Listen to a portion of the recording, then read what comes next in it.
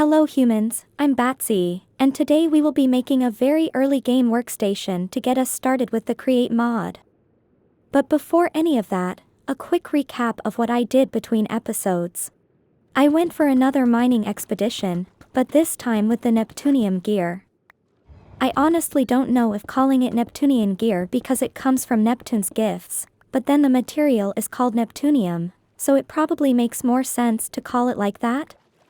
In my mind, if you are using for example blacksmith gear, you wouldn't call it by its material if the main focus is that it's from a blacksmith? I don't know, anyway. Mining with Neptunian gear is incredibly easy to be honest. Water breathing is obviously busted this early on, but the pickaxe is just insane. It mines faster underwater than outside, for some reason. Supposedly it just says it removes the penalty, but it legit works faster underwater. After the mining expedition, I opened many more boxes that I've got from fishing. I know I already have all the gear I need, but I thought it might be a good idea to sell it to the other members. Partially because I have seen many interested in getting some of it, which I can't blame them, they look pretty cool. And also because this season I want to make a shop that sells products from the ocean, and those gear pieces might be the main attraction for the shop. At least early on, until people get most of them. As for the hardcore experience, you can see on the statistics that I'm still at 0 number of deaths. My time played since the last death is also the same as my overall time played, in case the first statistic is not showing properly. In the last video, someone gave a decent idea of what to do as punishment. If I can even find my wares. They mentioned that I could just throw away a certain number of coins every time I die, sort of a payment for each death. I think it makes sense, because that's pretty much how the hardcore mod is gonna work. My original idea was to use diamonds for the mod, so it's still costly, but also not too hard to grind. The reason why I went for diamonds originally, is because I don't want anyone getting soft-locked into not being able to revive. After all, there is a very real limit to the amount of coins you can make in a week, so if you die often enough, you're gonna run out of them really fast. When discussing with 𝐋𝐢𝐧𝐤𝐬 about the mod, we came to the conclusion that diamonds felt like the best choice. Easy to mine in bulk with a tunnel bore, or even by hand. While at the same time, they can't be automated in any way, so it still requires some effort. And while we are here, I went and mined some obsidian to make a nether portal. I'm going to need a blaze burner for the workstation, so I can make some brass ingots, and that of course means going to the nether for it. That might be the first thing I do, so I can get it out of the way as quickly as possible.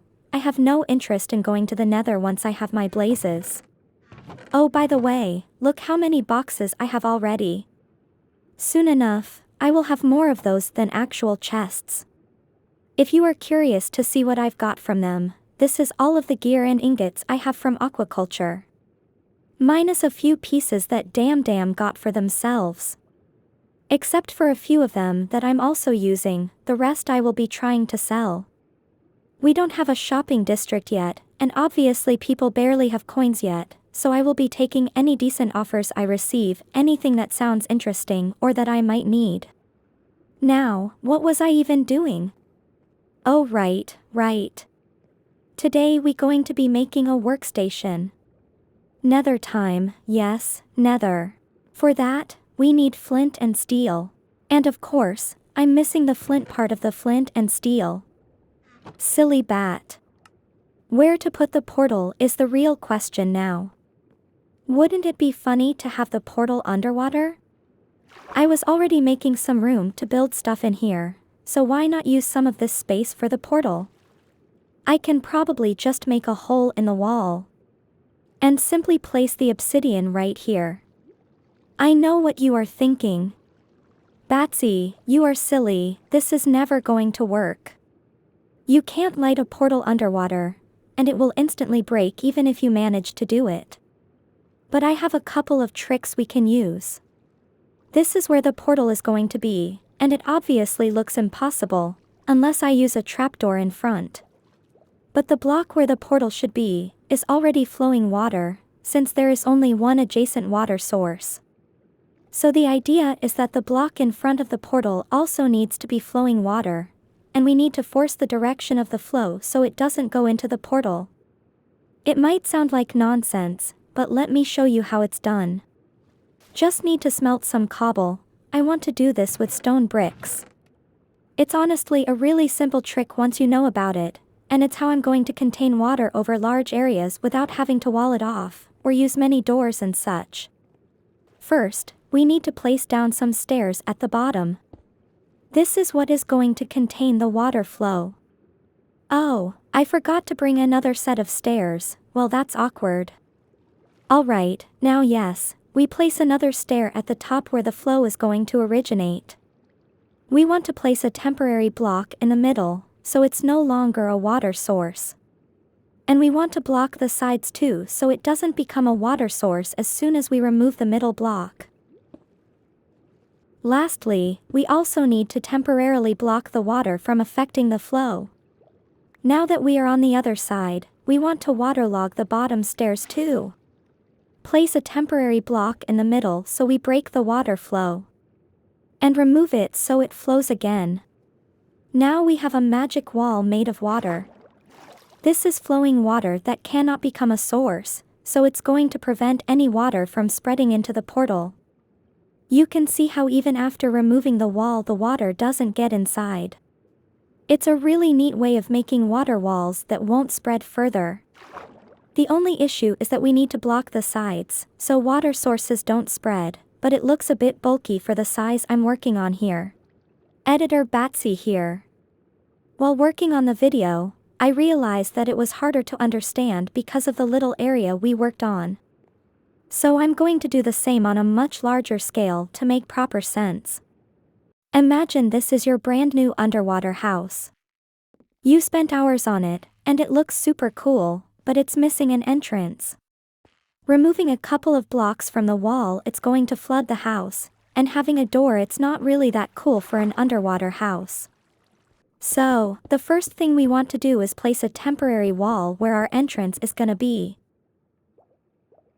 Then we can go back inside and remove an area as big or small as the size of the door we want.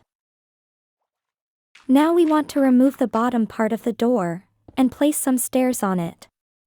Many blocks that can be waterlogged should work the same way, but I personally like how stairs look. Once they are in place, we need to make sure that all of them are waterlogged. With that ready, we go to the top side of the door, and we place stairs facing the other way. This will force the water to flow straight down. Now we waterlog all of those top stairs just like with the bottom ones. And you can see how it's not flooding our house anymore. Now why are the waterlogged stairs holding the flow of the water on top? Well, black magic, probably. Now we can remove the wall that contains the water. And just like that, we have the coolest entrance to an underwater base. It's possible to swap some of those stairs for top slabs or full blocks, but do keep in mind changing all of them will break it again. You don't have to repeat the entire process. You can see how just adding the stairs back in, and simply blocking the bottom part of the flow is enough to do it. I hope this is a useful trick for anyone planning on building underwater, or maybe a hidden underwater entrance to a cave or something. And hopefully it makes more sense than the tiny portal I was doing. While I'm here, I also wanted to mention that if you want to support the channel, leaving a comment, and maybe even a like, already helps a lot, so YouTube promotes my content. Now back to the video. I'm going to bring a crafting table to the nether just in case. We'll keep some of the wood, I will probably use it. And I'm going to need some of this iron to craft the burners. Which, by the way, how does one even craft a burner? I remember it had to do with netherrack.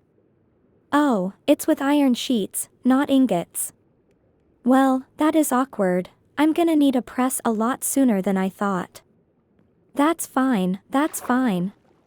Let's finish the portal, and go back to that in a second.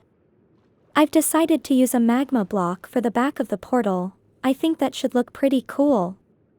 And now we light it up. Oh yeah, this looks really nice, I like it.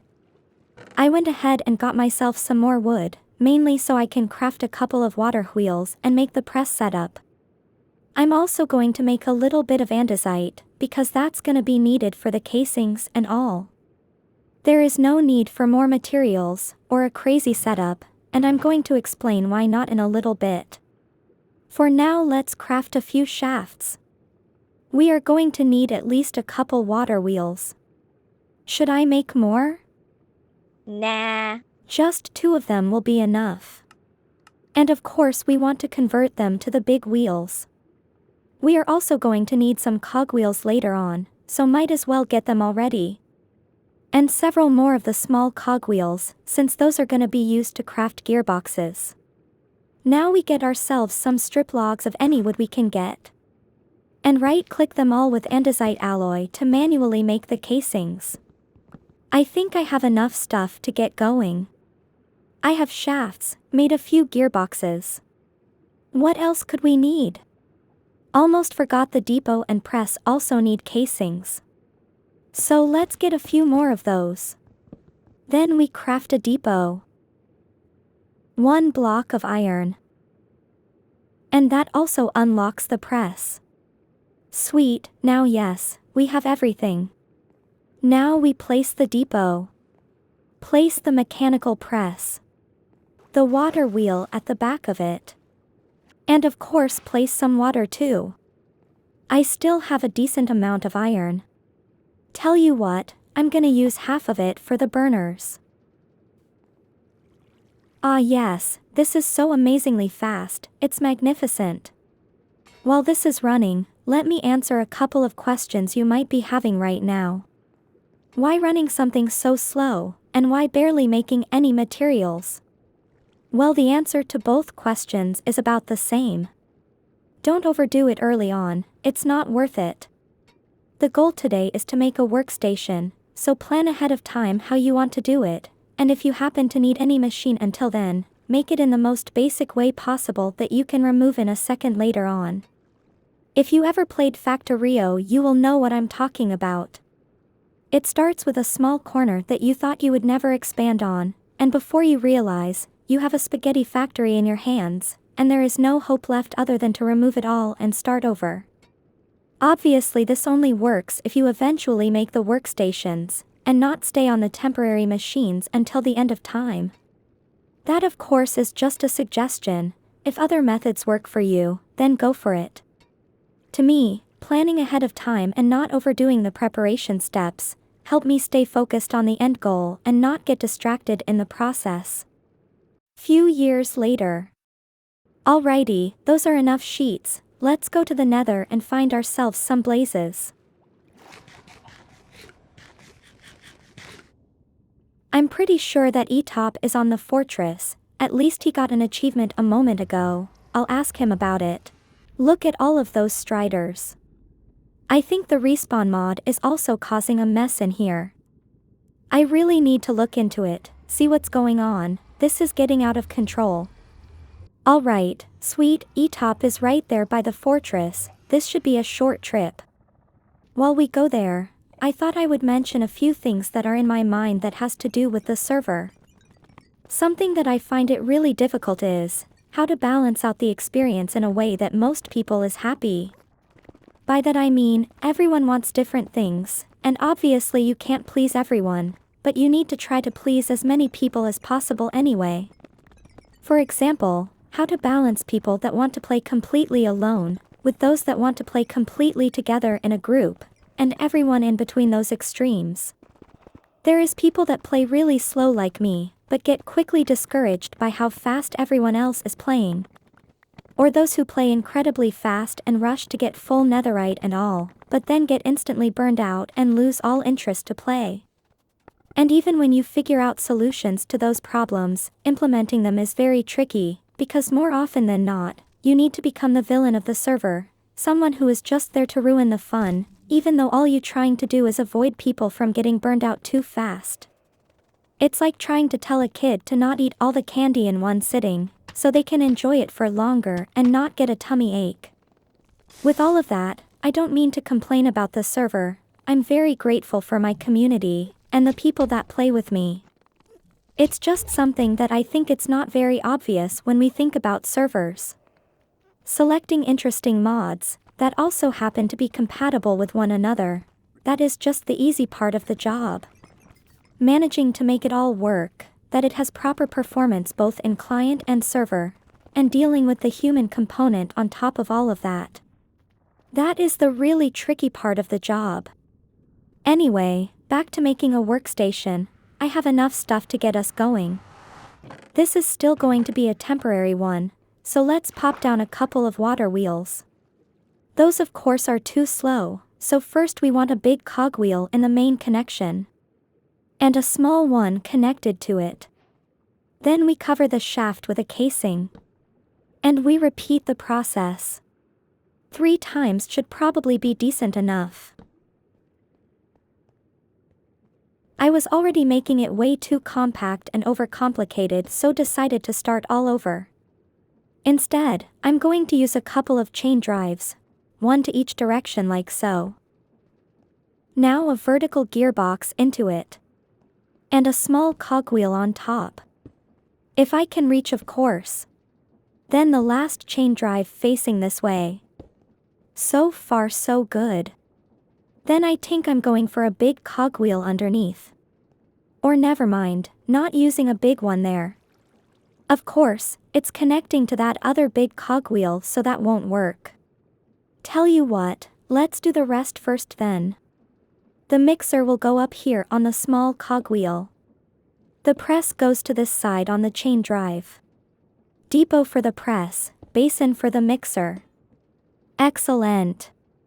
They both seem to have adequate speeds, that's good. Now we can put down the millstone in here, and of course a small one is enough, because I was being silly adding a big one. Yes, that looks ideal. Now, I'm going to remove the bottom of the millstone. Craft myself a hopper, and also a barrel while we add it. Place the barrel on the floor in front of it. And connect the hopper to the barrel. Alrighty, that part is done. I mean sure, I will have to input the materials manually into the millstone, but that will be alright. This is just temporary to help me craft everything I need for the underwater workstation. Now, I'm thinking where I want to add the encased fan, because this is a bit too low.